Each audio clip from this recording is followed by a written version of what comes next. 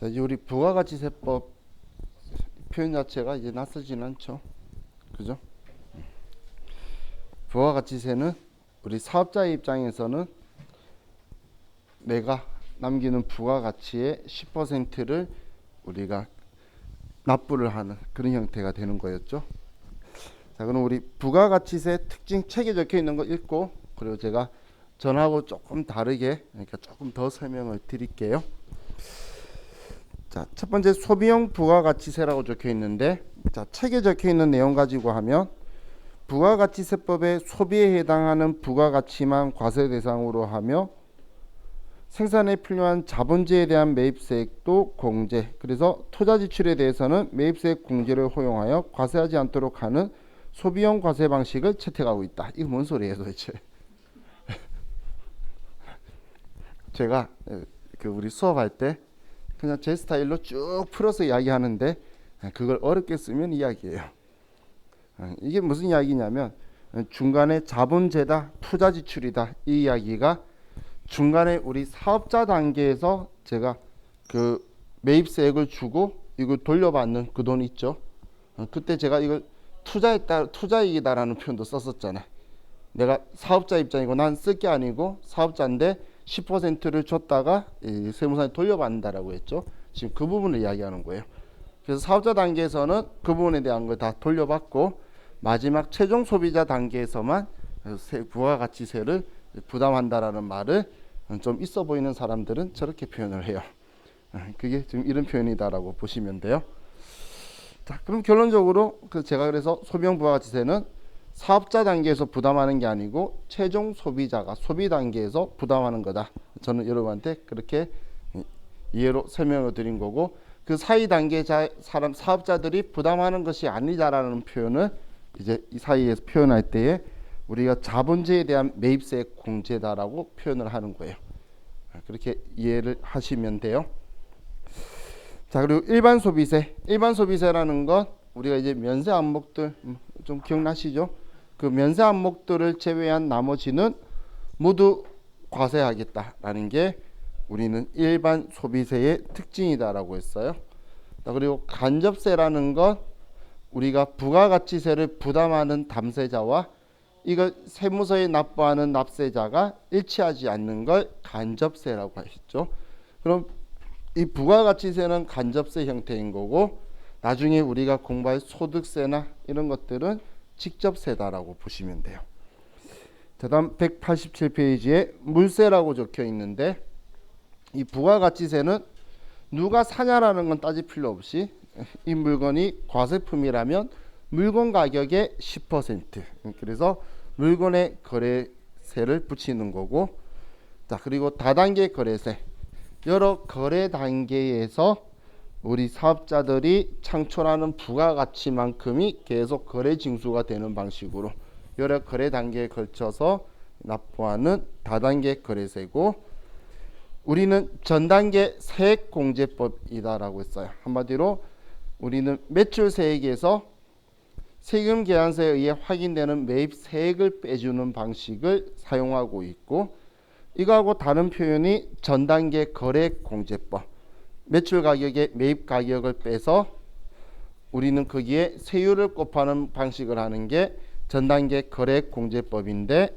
우리나라에서는 전단계 세액공제법을 채택하고 거래공제법은 틀린 지문이다라고 했죠. 그죠? 자, 그리고 소비지국 과세 원칙, 이건 영세율 하면서 이야기를 했었죠. 우리는 국제적 이중과세 방지를 이제 하기 위해서 소비지국 과세 원칙을 구현하고 있다라고 표현했던 거예요. 이제 우리 보니까 다 아는 글자들이다. 그죠? 여러분 대단하신 거예요. 한 달도 안 돼서 이제 얘네들 다 아는 내용으로 바꿔버렸어요. 그죠? 자, 그럼 우리 전에 이렇게 제가 표현하던 거, 우리 회사가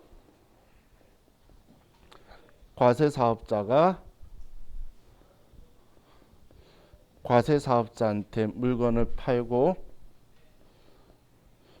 과세사업자한테 또 팔고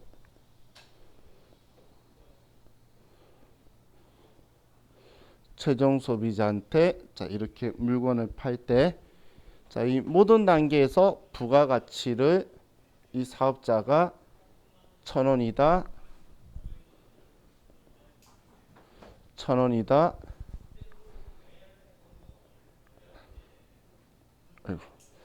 1,000원이다 자 이렇게 누린다고 했을 때 일단 제가 위쪽에 바싹 붙인 거는 아래쪽으로 쓸 거란 이야기예요.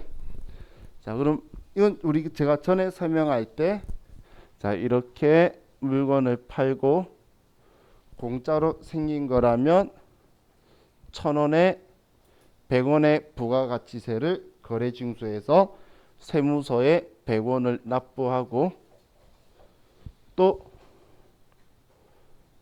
이렇게 얘는 1,000원에 사온 거 100원을 돌려받아서 2,000원에 팔고 200원을 받아서 매출세액에서 매입세액을 빼서 100원을 납부하고 또 얘는 이 200원을 세금계산서 받아서 공제받고 그럼 2,000원에 산 걸 3,000원에 팔고 300원을 받아서 100원을 납부하고 그럼 최종 소비자는 3,300원에 샀쓰는 이런 형태가 나오는 게 우리 전부 다 과세사업자의 단계에서 일어나는 거죠. 자, 이건 전에 제가 썼던 걸 그냥 위쪽으로 좀 줄여 쓴 거예요. 지금 아래쪽은 얘네들은 지금 세무서에 납부하는 거예요. 그럼 지금 보면 이 3,000원이라는 돈은 사업자들이 남긴 돈들이고 이 300원은 세무서가 가져간 돈이죠. 이해가시나요? 그래서 최종 소비자는 3,300원을 물린 거지 이 300원을 사업자들이 가져간 게 아니에요. 자, 그럼 이런 상황에서 자, 똑같은 상황인데 과세사업자고 그런데 여기에 면세사업자가 꼈다고 볼게요.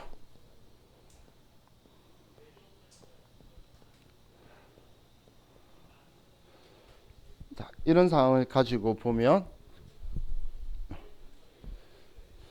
자, 과세사업자가 과세사업자한테 팔 때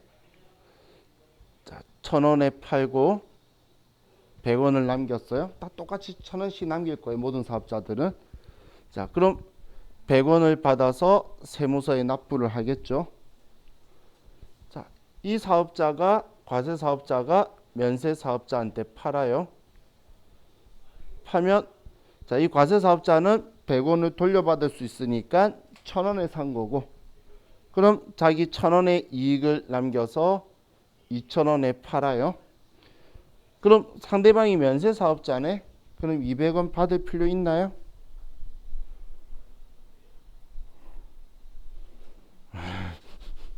느낌이 안 좋죠. 진짜 가만히 있으니까. 자, 전에 제가 부가가치세 받는 거는 사는 사람 따진다 그랬나요? 파는 사람이 중요하다라고 했잖아요. 자기가 사는 사람은 부담할 필요가 없으면 자기가 알아서 돌려받는 거라 그랬잖아요. 얘도 일단 얘는 무조건 1,100원 받아야 되고 얘가 부담하면 안 되니까 세무서에다가 세금계산서 받아서 돌려받는 거잖아요. 그죠? 그걸 우리 무조건 돈 받아야 된다는 걸 거래징수라고 했죠. 그럼 얘도 얘가 돌려받든 안 받든 그건 지 사정이고 얘는 무조건 받아야 되는 거예요. 쟤는 상관없어요. 그럼 얘는 본인이 과세사업자니까 무조건 거래징수의 의무가 있는 거예요. 그래서 상대방은 중요하네요. 그렇게 치면은 여러분들도 우리 개인들이 물건 살 때 부가가치세 빼고 사야지. 난 안 줄 거야. 그러면 상대방이 물건 팔까요? 나한테 안 팔아요. 그렇게 생각하시면 돼요. 그럼 무조건 200원을 받겠죠. 그럼 이 사업자도 200원 받아서 100원 투자한 거 빼고 100원을 세무서에 낼 거란 이야기예요. 이해가셨죠? 전에 제가 했던 말이 이 말이었어요. 공급받는 자가 면세사업자라면 거래징수 의무가 없다. 그럼 아니다라고 찾아라 했던 이런 문제가 그거예요. 그죠? 자, 우리는 위기를 한번 넘겼어요. 시험이 아니니까. 자, 이제 이 면세 사업자가 2,200원 주고 샀어요. 근데 얘는 면세 사업자인데 200원 돌려받을 수 있나요? 없죠? 그건 얘 사정인 거예요. 그럼 이제 얘 입장에서는 2,200원에 산 거죠, 그럼. 200원 못 돌려받으니까. 그럼 2,200원에 샀는데 그래도 같은 사업자니까 면세 사업자든 과세 사업자든 자기 1,000원 남길 거예요. 그러면 2,200원에 샀는데 1,000원 남길 거면 3,200원에 팔면 되겠죠. 그럼 얘한테 3,200원에 팔아요. 근데 이 면세 사업자는 부가가치세를 받을 수 있나요? 없죠? 안 받고 낼 이유도 없는 사업자잖아. 그럼 부가가치세를 안 받는 거예요. 그럼 최종 소비자는 3,200원에 사쓰게 되죠. 그죠? 그럼 지금 이 단계에서 사업자들은 똑같이 그냥 1,000원만 남긴 거예요. 지금 얘는 공짜로 생긴 거라고 제가 전에 전제했었죠. 1,100원에 팔고 100원 세무서에 내고, 얘는 1,100원에 샀는데 100원 돌려받고, 2,000원에 팔고 200원 내고, 그래서 100원만 낸 거고, 얘는 2,200원에 사서 3,200원에 팔고 세금 안 내고, 사업자는 똑같이 다 1,000원을 남긴 거예요. 그런데 왜 줄었냐면 세무서가 가져가는 돈이 200원으로 줄은 거예요. 세무서가 가져가는 돈이 200원 줄어서 최종 소비자가 부가가치세만큼 한 단계 이 사업자가 세무서에 안 내니까 부담이 줄은 거예요. 이해가셨나요? 그럼 자, 과세사업자인데 면세사업자,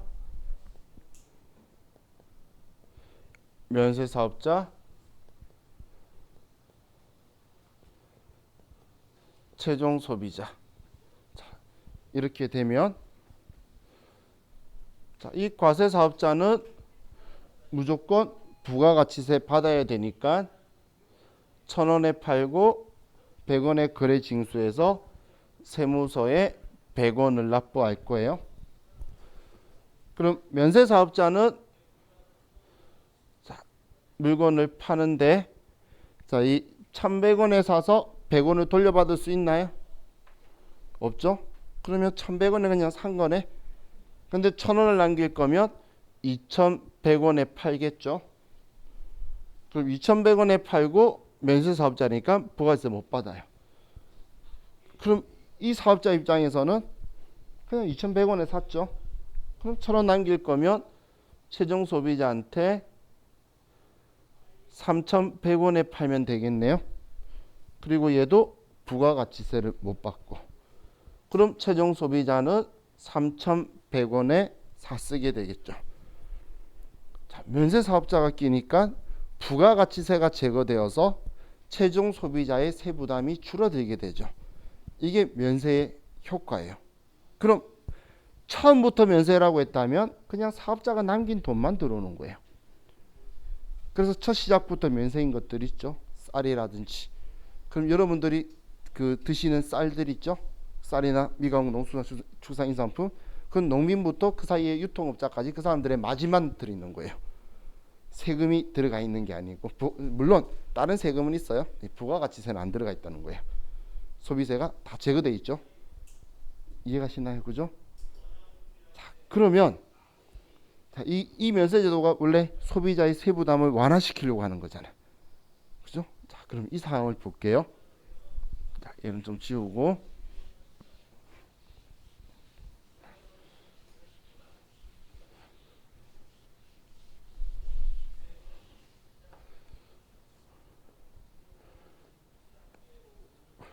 과세,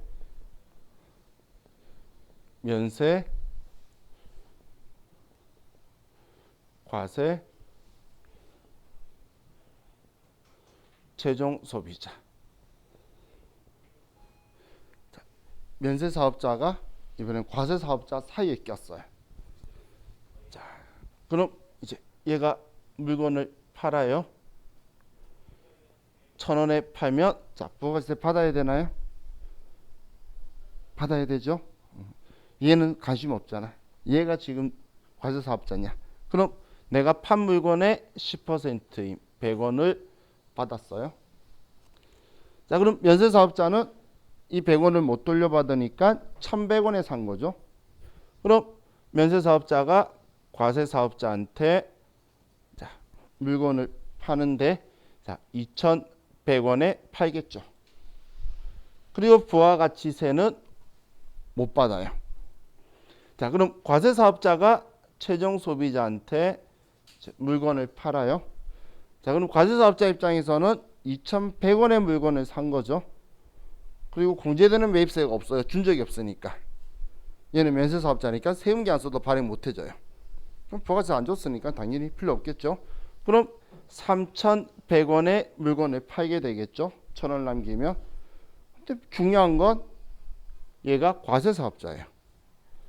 그러면 얘는 내가 판 물건의 10%인 거래 징수를 해야 돼요. 그럼 이 사업자는 310원의 매출세액에 공제되는 매입세액이 없으니까 세무서에 310원을 납부하게 되겠죠. 그럼 최종 소비자는 얼마에 샀쓰죠? 3,410원에 샀쓰게 되죠. 면세 제도는 소비자의 세부담을 완화시키려고 한 건데 과세 사업자 사이에 면세 사업자가 껴버리니까 오히려 최종 소비자의 세부담이 늘어나 버리는 현상이 일어난다는 거예요. 근데 이걸 이 현상에 대해서 보니까 사업자는 앞만 뜯어봐도 얘 1,000원 남겼고 얘 1,000원 남겼고 얘 1,000원 남겼어요. 그럼 범인을 찾아보면 이 범인이 410원의 세금을 가져간 범인이 얘예요. 얘. 국가가 가져간 거예요. 그럼 이거에 대해서 우리는 지금 모순점을 해결해내야 되겠죠. 지금처럼 과세 사업자 사이에 면세 사업자가 껴서 최종 소비자의 세부담이 늘어나는 이런 현상을 우리는 부가가치세의 누적 효과라 그래요. 지금 이 현상을 부가가치세의 누적 효과라고 표현을 하게 돼요. 자, 이해가시나요? 이 상황이? 정말 훌륭하신 거예요. 자, 저 대학교 3학년 때 이해했는데 1학년 때도 대충 보고 2학년 때는 자세히 봐도 몰랐고 3학년 때 어느 순간 알았는데 그 3학년이 얼마나 대단한 3학년이라면 군대 갔다 오고 나서 3학년 때 이해했는데 엄청 오래 걸렸겠죠. 야, 여러분은 지금 몇 분 만에 이해를 했어요. 훌륭하신 거예요. 자, 그럼 이걸 어떻게는 지금 부가가치세법이 이걸 해소시켜줘야 될 거잖아요. 그럼 부가가치세법이 해소하는 방법은 일단 최종 소비자한테 뭐 돈 돌려줄게 이건 말이 안 되겠죠. 그럼 사업자들하고 이야기해야 되는데 사업자가 부가가치세법이 면세사업자하고 이야기하고 싶을까요? 얘하고는 절대 이야기 안 하고 싶어요. 왜냐하면 매출세액을 안 가져다 주는 애거든. 얘는 무조건 싫겠죠. 그럼 이제 얘하고 이야기하는 거예요. 얘한테 너 지금 부가가치세를 310원을 받는데 이거 어떻게 할 수 없니? 했더니 나 원래 과세 사업자끼리만 있었을 때는 이 사업자가 물건을 2,000원에 샀나요? 2,200원에 샀나요? 2,000원에 산 거죠. 그럼 2,200원 줬지만 200원 돌려받았잖아. 지금 이 사업자 입장에서는 100원 더 비싸게 산 거예요. 이해가시나요? 그럼 지금 얘가 면세 사업자가 얘 앞단계에 있는 바람에 자기는 100원을 더 비싸게 산 거고 그래서 똑같은 이익을 남겨도 판 물건의 10%라서 이런 현상이 일어났다는 거예요. 그랬더니 부가가치세법이 그래? 그럼 해결하는 방법을 찾아줄게. 너 지금 면세 사업자한테 사왔는데 2,100원에 샀고 부가가치세가 없지. 없는 이 100원을 내가 있다고 해서 돌려줄게 라고 하는 거예요. 없는 매입세액을 있다고 해주겠다는 거예요. 자, 우리 없는 걸 있다라고 하는 걸 안 좋은 표현으로 간주, 좋은 표현으로 의제라고 한다라고 했죠. 그래서 없는 매입세액을 있다고 해서 공제해 줄게. 그걸 뭐라고 하냐면 의제 매입세액 공제라는 걸 해주겠다는 거예요. 없는 매입세액을 있다고 해서. 자, 그럼 이 의제 매입세액 공제로 해서 없는 매입세액 100원을 돌려주면 이 과세 사업자는 2,100원 주고 면세 사업자한테 사왔는데 부가가치세법이 세무서가 100원 돌려주겠대. 이것 때문에. 그럼 난 2,000원에 산 거랑 똑같은 효과가 나오겠죠.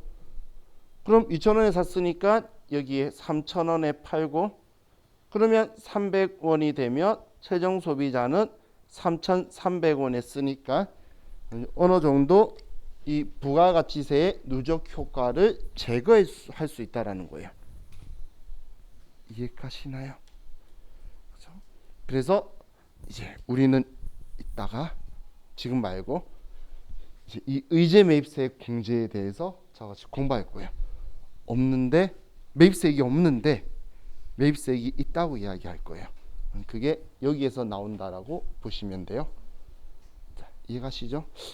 혹시 주위에 지인분 중에 식당 하시는 분이 있으시면 그 식당 하시는 분이 세금에 대한 세자도 모르시는 분이죠. 그런데 그분하고 가서 이야기하면 다 알아요. 돈하고 연계되어 있으면 사업자가 모르는 게 없어요.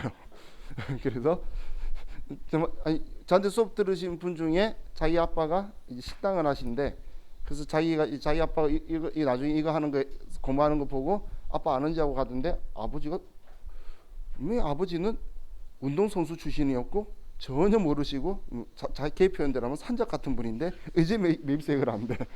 자기 깜짝 놀랐대. 돈하고 연계되면 다 알게 되는 거예요. 그죠? 그때 자기가 좀 아는 척 했더니 좀 이야기하는데 아버지가 좀 나이길래 조용했다 그러더라고요. 우리는 서식 작성하는 공부하는데 아버지는 실무적으로 깊이 사업자하고 얘네들하고 이야기하는 것까지 꺼내길래 조용했대요. 그래서 자, 이게 이제 우리가 나중에 공부할 부분인데 이 원리에 의해서 발생한 거다. 그럼 없는 매입세액을 있다고 해주더라. 그 이유는 이거. 이제 나중에 이제 공부할 때 얘를 제가 끌고 한번 언급하면 기억하시면 돼요. 자, 이번에는 여러분들 잘 이해하시니까 그러면 다른 거 하나만 볼게요. 자, 지금 제가 위에 이렇게 쓴 거는 최종 소비자가 국내에 있는 거죠. 국내에 있는 거죠. 그럼 우리가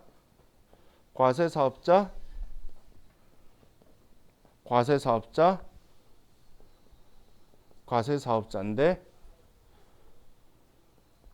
외국 최종 소비자라면 한마디로 마지막 2단계가 수출이라는 이야기죠. 수출 단계인 거에서 보도록 할게요. 자,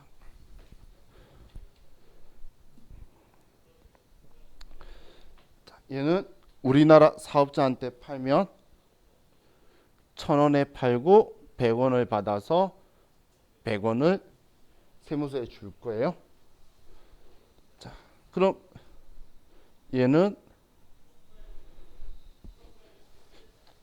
1,100원에 사서 100원을 돌려받고 1,000원에 산 거니까 2,000원에 팔아서 1,000원을 남길 거예요. 그런데 얘도 과세 사업자니까 200원을 받아서 세무서에는 차액 100원을 납부할 거예요. 자, 그럼 얘는 2,200원에 샀죠. 자, 그럼 이제 수출을 하고 돈 받는데 일단 내 물건 가격은 3,000원이 돼야 되겠죠. 그런데 얘한테 부가가치세 받을 수 있나요? 받을 수 없죠. 왜 못 받죠? 우리는 소비지국 과세 원칙이라서 우리나라는 생산지국이라서 수출할 때는 세금을 받으면 안 되잖아요. 그럼 최종 소비자한테는 부가가치세가 없는 사업자들의 이익인 3,000원만 부과된다는 거예요. 부가가치세가 들어가면 안 된다는 이야기예요. 우리나라 사람들한테는 우리나라 세무서가 가져가는 300원을 부담시키는데 외국에는 이 300원을 부담시키면 안 된다는 거예요. 그럼 이 부담을 안 시키는 방법은 얘 지금 200원 투자했잖아. 그죠? 이 200원을 얘는 지금 매출세액은 너 받지 마. 너 투자한 200원을 거꾸로 이 200원을 돌려줄 거란 이야기예요. 얘한테. 이 200원이 지금 마지막 단계 받은 얘가 지금 100원 100원 납부한 거죠. 그러면 세무서가 세법이 징수했던 이 부가가치세를 마지막 단계에 있는 얘한테 전부 다 돌려줘 버리면서 부가가치세를 제거해 버리는 거예요. 그러니까 최종 소비자가 부가가치세를 부담하는 일이 없어지게 되겠죠. 그래야지 우리 소비지구 과세원칙을 구현할 거잖아요. 얘네들이 기부천사도 아니고 자기 돈 생돈 날려가면서 그럴 이유는 없겠죠.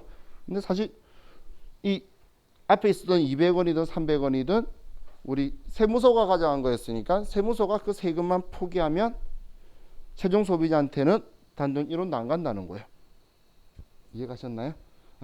그럼 이렇게 마지막에 환급해 주면서 이 앞 단계에 있었던 이 세금들을 전부 다 제거시켜 버려서 이걸 완전 면세 제도라고 하는 거예요. 부가세를 완전히 면제시키죠. 환급시켜 돌려줘 버리면서 지금까지 이 앞 단계에 있었던 걸 다 돌려주면서 얘를 완전히 제거시켜 버리는 거예요. 자, 그럼 만약에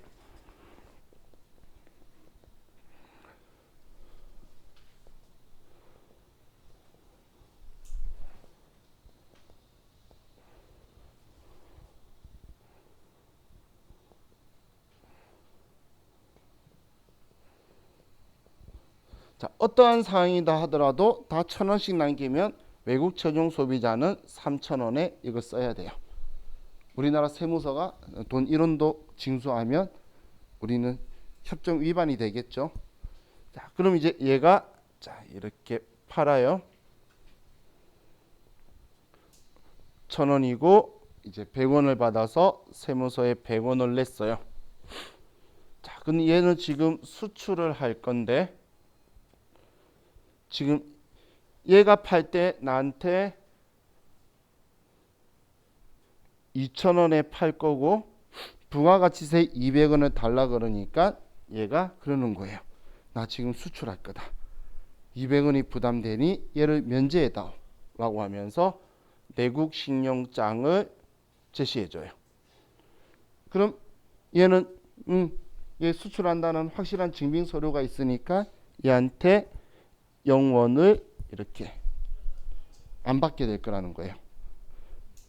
그럼 2단계에서 수출이라는 게 입증이 되어버렸기 때문에 부가가치세법은 얘한테 매출세액 0원이고 매입세액 100원이죠. 얘가 냈던 이 100원을 얘한테 100원을 돌려주면서 수출 제외에 대한 부가세를 포기해버리는 거예요. 그래야지 세금 없이 갈 거잖아.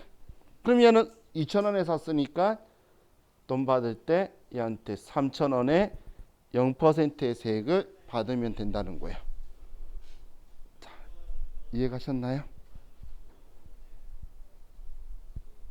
어떻게든 결론적으로 국가가 받은 세금 돌려주는 거죠. 결론은. 자, 그럼 이제 마지막으로 자, 과세사업자가 똑같이 과세사업자인데 외국에 판다라고 했다가 이걸 국내 최종 소비자한테 팔아버린 거예요. 자, 이 상황을 가지고 이제 부가가치세법은 괘씸할지 괘씸하지 않을지를 생각해 보려고 하는 거예요.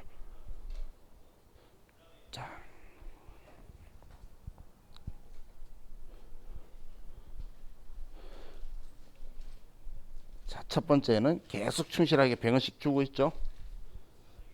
자, 이번에 얘 수출한데 영세율 적용해 줄까요 말까요? 해도 되고 안 해도 돼요. 상관없어요. 자, 그럼 영세율 적용 받았다고 볼게요. 그럼 여기에 로컬 LC에 의해서 2,000원 하고 0원에서 세무서는 100원을 돌려줬어요. 그죠? 자, 그럼 회사가 수출한다고 했는데 수출하지를 않고 내국 거래로 전환한 거예요. 근데 이걸 너무 뭘 할 수는 없어. 수출한다고 다 해놓고선 준비했다가 수출이 파기될 수도 있잖아. 그럼 물건 다 버려야 되나요? 말이 안 되겠죠. 이럴 수도 있어요. 그럼 부가세법은 신경 안 써요. 왜 신경 안 쓰냐면 외국에 팔았다면 내가 판매한 얘는 어떻게든 3,000원에 팔 거잖아. 외국에 파는 거는 부가가치세가 0%고 우리나라에 파는 거는 10%예요. 그럼 얘는 3,000원에 파니까 300원은 우리나라에 팔면은 무조건 받겠죠. 무슨 말인지 이해가시나요? 그럼 세무서에 세금 내는데 매출세액 300원이고 매입세액이 0원이니까 그냥 세무서에 300원을 얘가 내면 돼요. 그럼 부가가치세법 입장에서는 어떻게든 얘가 주든 간에 300원 받았잖아. 최종소비자 우리나라 사람들은 3,300원에 사 쓰고 있고, 그러면 그냥 일반 구조하고 똑같고 세무서가 가져가는 거는 똑같은 300원이기 때문에 부가가치세법이 괘씸할 이유가 없다라는 거예요. 이해가시나요? 그래서 수출한다고 영세증 받았다가 실패하면 한국에 팔면 돼요. 그냥 10% 받아서.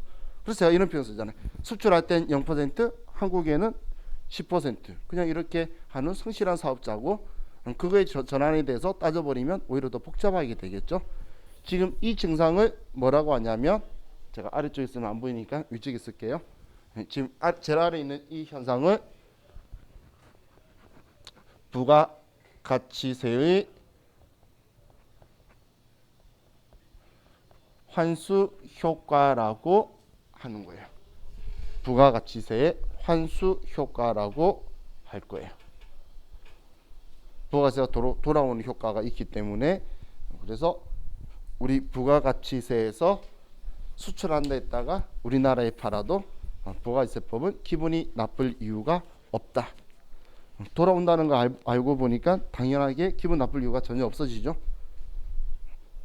아무런 구조의 시작과 세무서가 가져가는 것과 최종 소비자가 부담하는 돈의 차이가 전혀 발생 안 하니까 아무런 구조적인 문제가 발생하지 않을 거예요. 자, 이게 이제 우리 부가가치세 이제 원리 가지고 제가 좀 설명을 드렸어요. 자, 그럼 이제 187페이지에 부가가치세 총칙을 가지고 볼게요. 자, 납세 의무자는 부가가치세를 세무서에 납부하는 사업자든 사람이든. 자, 그럼 사업자의 개념에서 사업자가 납세 의무자를 칭하는 거죠. 첫 번째가 영리목적 유무와 무관하다라고 적혀 있죠. 영리목적 유무를 불문한다. 이거는 아주 중요한 특성이고, 영리목적 유무를 불문한다는 건 비영리단체가 과세품을 팔아도 부가가치세를 받아서 납부해야 되고, 국가가 우리한테 팔아도 부가가치세를 받아서 납부해야 한다는 거예요. 국가도 납세 의무자예요. 부가가치세는 소득 법인세는 아닌데 부가가치세는 국가도 납세 의무자예요. 국가도. 자, 다음 사업상 독립성을 갖추어야 된다. 자, 얘는 사업성을 갖춰야 된다. 자, 그 사업성 갖춰야 된다는 건 계속적으로 반복적으로 제공해야 한다. 과거에 제가 이런 표현 썼죠. 우리가 어쩌다 물건 한번 파는 거는 계속적 반복적이 아니죠. 그러면 그거는 부가세를 받을 수 없다. 여러분들이 중고나라에서 물건 팔면서 누가 산다 했을 때 부가세 별도요 그러면 저 이상한 놈을 볼 거잖아요. 그런 상황이라 그랬어요. 근데 여러분들이 예를 들어 전자레인지 중고 하나 샀는데 카드 되나요? 농담처럼 말했는데 얘 부가세 별도요 그러면 이 사람 사업자인가 보다. 중고매매상 생각하겠죠. 우리는 사업성을 인지하고 있다는 이야기예요. 그죠? 다음 사업상 독립적이어야 된다. 고용된 지위. 이건 제가 전에 이런 표현 썼었어요. 우리가 자동차 살 때 당연히 과세품이니까 부가세 줘야 되겠죠. 이걸 딜러한테 샀다고 딜러한테 주는 건가요? 딜러가 받아서 세무서 내는 게 아니라 그 자동차 회사가 받아서 납부하는 거죠. 그 이야기하는 거예요. 사업상 독립성이 있어야 된다. 아니면 방금 저는 종속적 관계가 아니라 여러분들 커피 가게 사장님은 자기가 독립적인 존재죠. 그리고 그 사장님이 받아서 그 사장님이 세무서 내는 거예요. 종속 관계가 아니잖아요. 그죠? 자, 그리고 중요한 건 과세 대상 재화나 용역 공급해야 되지, 면세품은 부가세가 없으니까 세무서에 납부할 일도 없는 사업자 요건을 갖추지 못하게 된다. 당연한 이야기예요.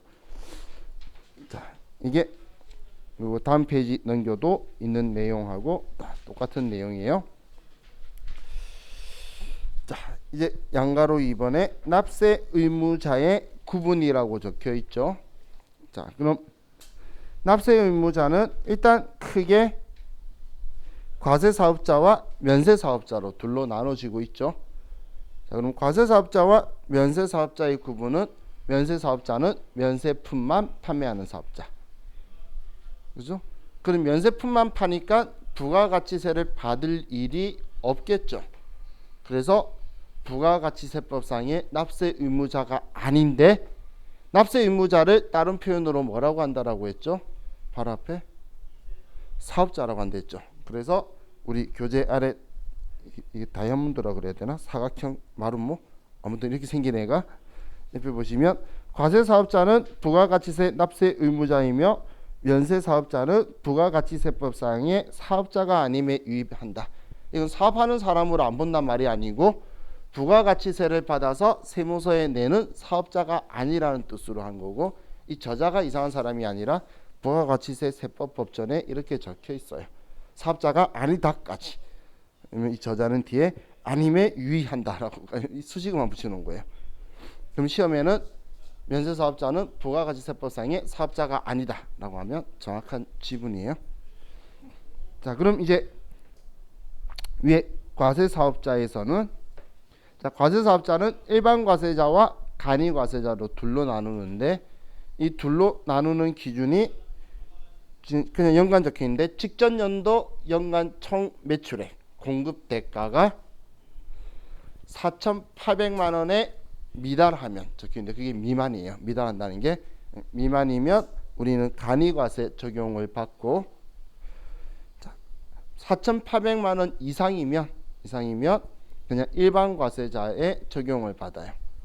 그럼 간이과세 제도를 쓰는 취지는 부가가치세법상의 모든 의무를 다하기가 좀 힘든 영세한 사업자에게 그 부담을 덜어주기 위해서 하는 제도다라고 했죠.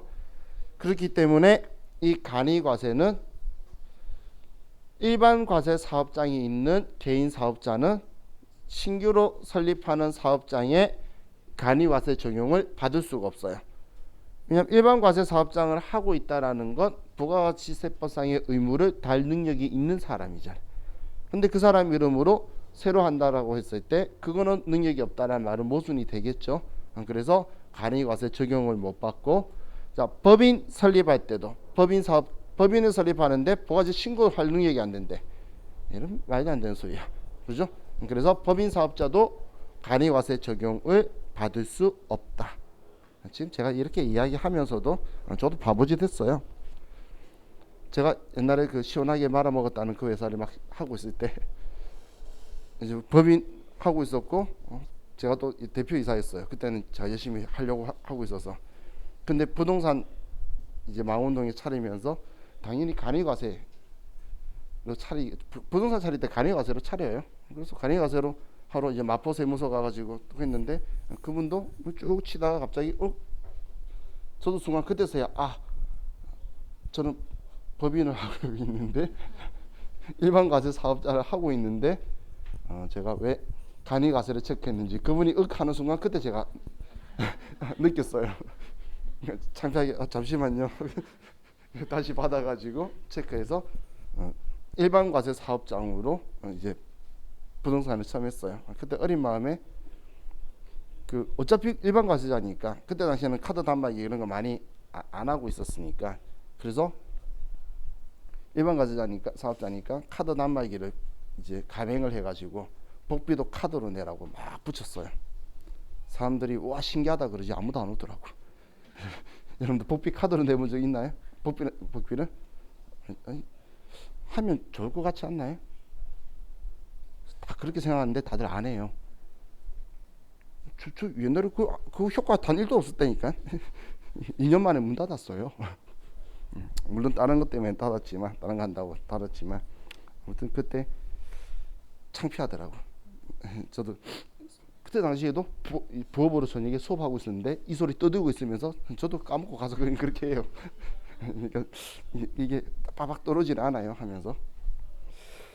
자, 이제 우리 아래 그 동그라미 1, 2, 3번 적혀 있는 곳에 동그라미 4번에 겸용 사업자라고 적혀 있죠. 자, 겸용 사업자는 이제 과세 사업과 면세 사업을 같이 하는 사업자를 겸용 사업자라고 해요.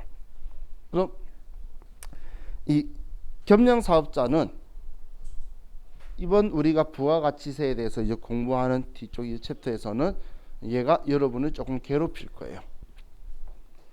왜냐하면 과세 사업에 쓰는 거는 매입세 공제해 줘야 되잖아요.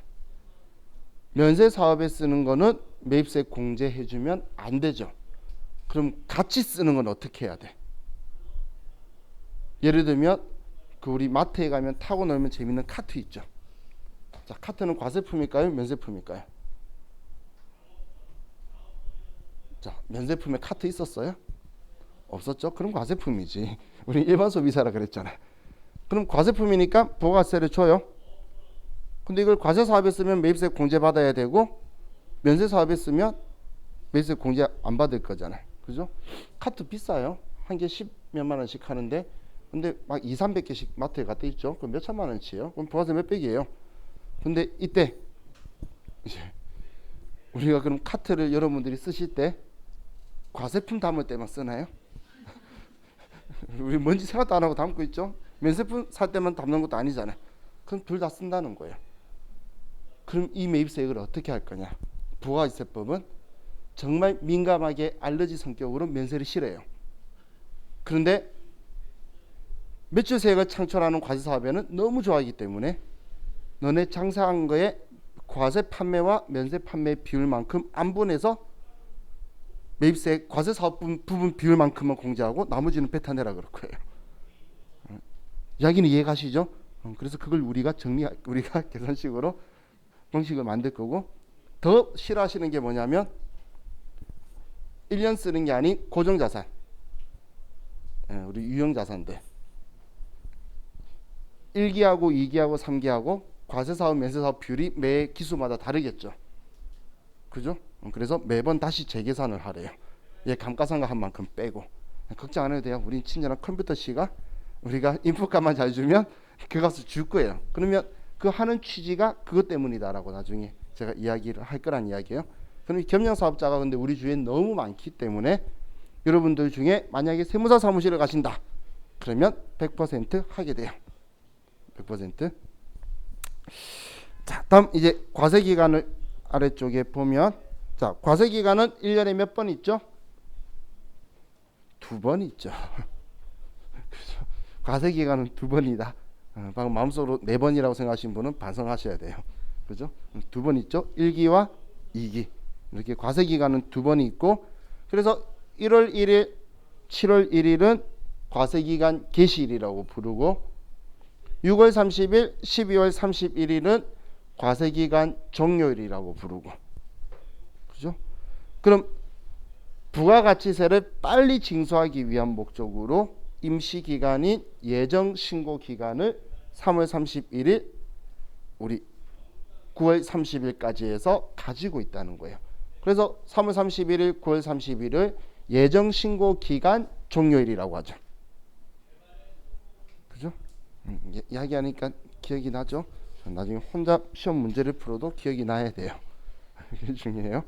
자, 그럼 지금 우리 법인 사업자는 예정 신고 기간 또는 과세 기간 종료일로부터 다음 달 25일까지 부가가치세를 신고하고 납부를 하는데 환급액이 있다면 예정 신고 때는 안 해줄 거예요.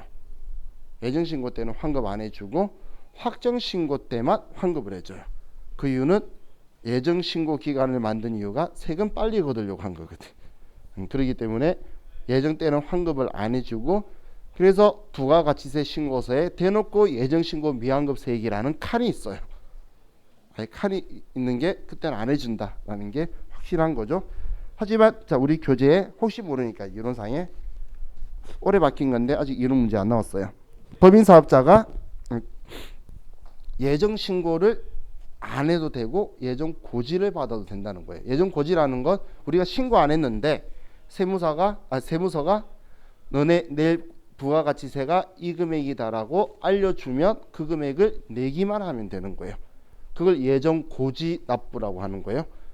그럼 그런 형태의 금액이 자 우리 교재에 직전 과세 기간에 공급 가액이 왜냐면 법인 사업자는 무조건 일반 과세자니까 공급 가액이 1억 5천 미만이 법인 사업자는 힘들다라는 거예요. 자, 공급 가액이면 매출액이지 자기 이익이 아니에요. 그죠? 법인이 공급 가액이 이만큼이 매출액이면 그거 가지고 직원도 월급 주고 뭐 하면 힘들어요. 그렇기 때문에 예정 신고에 대한 부담이라도 어느 정도 줄여줄 거라는 거예요. 자, 그게 지금 바뀌어져 있는 거고 개인 사업자는 그냥 원래 예정 신고의 의무가 없다라고 했어요. 그래서 지금 이번 10월 26일 날 다음 주 월요일 날 신고하는 거는 우리 법인 사업자들만 지금 정리하고 있지 개인 사업자는 안 하기 때문에 이미 우리 사무실에서는 전부 다 개인 사업자한테는 얼마 내야 됩니다. 왜냐면 1기 기준으로 절반이니까 이야기하면서 쫙 뿌렸어요. 1기에 다 실적이 안 좋아서 뭐 다 좋아하더라고 금액이 작으니까. 자, 그럼 이제 간이과세자는 과세 기간이 1년이에요. 1월 1일부터 12월 31일까지. 1월 1일부터 12월 31일까지 1년이 간이과세자의 과세 기간이고 그럼 간이과세자도 중간에 예정 시점을 잡는데 근데 간이과세자는 예정 부가납부라고 해요. 왜 부가납부라고 하냐면 세무서가 판단해요. 여기에 매출액이 얼마인지 여기에 산출했을 때 세액이 얼마인지 봐서 그걸 충족해야 부과하고 아니면 아무 말 안 할 거라는 거예요. 그렇기 때문에 말하면 납부하고 말 안 하면 납부 안 하고 본인 고향이 좌로 봐도 우로 봐도 들판이나 산인 곳이 고향이신 분은 할머니 집이나 그러신 분은 거기 구멍가게 할머니한테 가면 정말 태어나서 부가가치세를 단 한 번도 낸 적이 없으신 분들이 있어요. 근데 그 할머니들 그 사업자 등록번호도 있어요. 간이과세자로 해서 다 있고 그래야 담배를 받을 수 있거든. 그래서 사업자 등록번호는 전부 다 있으세요. 그리고 양담배는 숨기고 다 본 적 있는 것 같죠? 왜 국산 담배를 하고 있냐면 양담배랑 같이 팔면 국산 담배 포인트를 작게 줘요. 그 KTNG가 그 가게 할머니들한테 이제 포인트를 줘서 그 포인트를 가지고 외국 여행을 보내줘요. 그것도 내외분을. 그 할머니들 그걸로 해서 그 구멍가게 한 번씩 몇 년에 한 번씩 닫혀 있는 날이 그 두 분이 그 포인트로 해외 여행 가시는 날이에요. 근데 외국 담배를 팔면 그 포인트가 절반이니까 숨겨요. 그럼 다 파는 걸 아는데 이제 아는데도 그냥 쉬쉬해 주는 거예요. 또 외국 담배를 팔면 솔담배라는 걸 안 줘요. 솔담배가 금액이 200원 정도 해요. 담배는 지금 우리 담배 태우시는 분들도 그 우리 파는 게 4,500원이죠. 근데 실제 담배 가격은 100몇십 원이에요. 전체 20개 피가. 근데 이게 그 기준 금액을 넘어가면 세금이 붙어서 지금 4,500원이 돼 있는 거고 그 세금을 다 면제시키면 200원인 거예요. 그래서 솔담배가 200원인 거예요. 담배는 세금 덩어리예요. 괜찮아요. 한 만 몇천 원 해야 제가 편하게 필 텐데 겨우 4,500원 하니까 사람들이 너무 많이 펴요. 그죠? 그래야 저도 좀 끊고 줄이지. 근데 그분들도 양담배 피면 솔담배를 잘 안 줘요.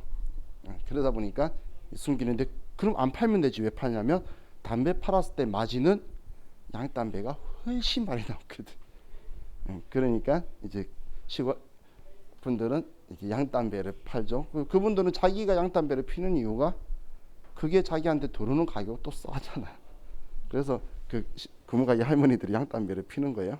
다 양담배 피우고 KTNG가 보내주는 여행 가고 그런 구조를 가지고 있어요. 돈으로 주면 좋을 텐데 이상 옛날부터 그렇게 하는데 시골 분들 좋아하시더라고. 그죠? 자, 그럼 지금 우리 108페이지에 위에 있는 것만 간단하게 보고 쉴게요.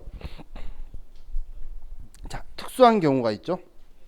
특수한 경우가 신규 사업자는 개시로부터 당해 과세기간 종료일이에요. 자, 2월 1일 날 개업을 했어요. 개업이 업무를 개시한다. 개시일이에요. 그럼 첫 번째 과세 기간은 2월 1일부터 며칠까지죠? 6월 30일까지죠. 그렇죠. 제가 그때도 제가 강조를 했던 게 예정 신고 기간은 과세 기간 아니라니까. 그죠? 우리는 6개월로 생각을 해야 되죠. 오케이? 그러면 우리 첫 번째 과세 기간은 그렇게 되면 2월 1일부터 6월 30일까지. 자, 그럼 폐업을 해요. 그러면 자, 우리 회사가 폐업을 예를 들어서 뭐 11월 1일 날 했다. 그러면 마지막 과세 기간은 과세 기간 개시일은 7월 1일부터 11월 1일까지가 마지막 과세 기간인 거예요. 이해가셨죠? 자, 과세 기간 6개월은 절대 잊으시면 안 돼요. 자, 그리고 뭐 사업자 등록은 신경 쓰지 말고, 자, 간이과세 포기하고 적혀 있죠. 자, 그럼 간이과세자가 관이과세를 포기했어요. 그럼 우리가 바로 그걸 알 수가 없기 때문에 우리 책에 적혀 있는 것처럼 우리 포기 신청한 달의 말일까지는 간이과세 적용을 하고 그 다음 달부터 일반 과세자가 될 거예요. 포기한 달의 다음 달. 그래서 지금 위아래를 지금 적은 게 위에가 간이과세 포기를 하면 위에가 간이과세자 기간, 아래가 일반 과세자 기간인데, 그럼 간이과세자는 포기한 달의 말일, 그럼 일반 과세자는 그 다음부터겠지. 그래서 다음 달 개시 1월 1일부터가 우리 일반 과세자가 시작된다라고 보시면 돼요. 자, 근데 얘는 우리 포기한 자가 일반 과세자로 변경이에요. 포기한 자가. 근데 포기한 자가 아니고 자동으로 넘어가는 사람들 있죠.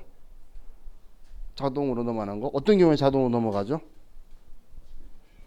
4,800 넘어가면. 근데 4,800, 자, 예를 들어서 2020년도에 사업한 게 4,800이 넘은 거예요. 그거 언제 할 거야? 진짜 빨라도 1월 25일 날 할 거잖아요. 그죠? 근데 1월 25일까지는 우리는 사업을 하고 있었겠죠. 그럼 이때 간이과세기가 했기 때문에 매입세 공제도 못 받고, 간이과세는 매입세 공제 못 받아요. 그럼 그렇게 있었으니까 안 맞겠죠. 그래서 자동으로 변경되는 경우는 1과세기간 6월 말일까지는 간이과세로 가고, 그리고 7월 1일부터 일반 과세자가 시작돼요. 그 이유가 그 다음 년도 시작할 때는 모르기 때문에 그렇게 해서 넘어가도록 되게 돼요. 자, 그리고 그 간이과세 포기하는 거는 포기하려고 하는 이제 다음 달부터 일반 과세를 할 거면 그 다음 달 전달, 그달 이제 말일까지만 신청하면 그냥 그걸 받아줘요. 간이과세 포기하는 거는 그렇게 나쁜 행동이 아니고 부가가치세법상의 의무를 다하겠습니다. 이제 그렇게 살아가 보려고요. 뭐 이런 거기 때문에 나쁜 게 아니죠. 그래서 적용을 최대한 적절히 해주려고 할 거예요. 자, 여기까지 하면 과세 기간까지 받고 쉬었다가 이제 또 뒤쪽 보도록 할게요. 쉬었다 합시다.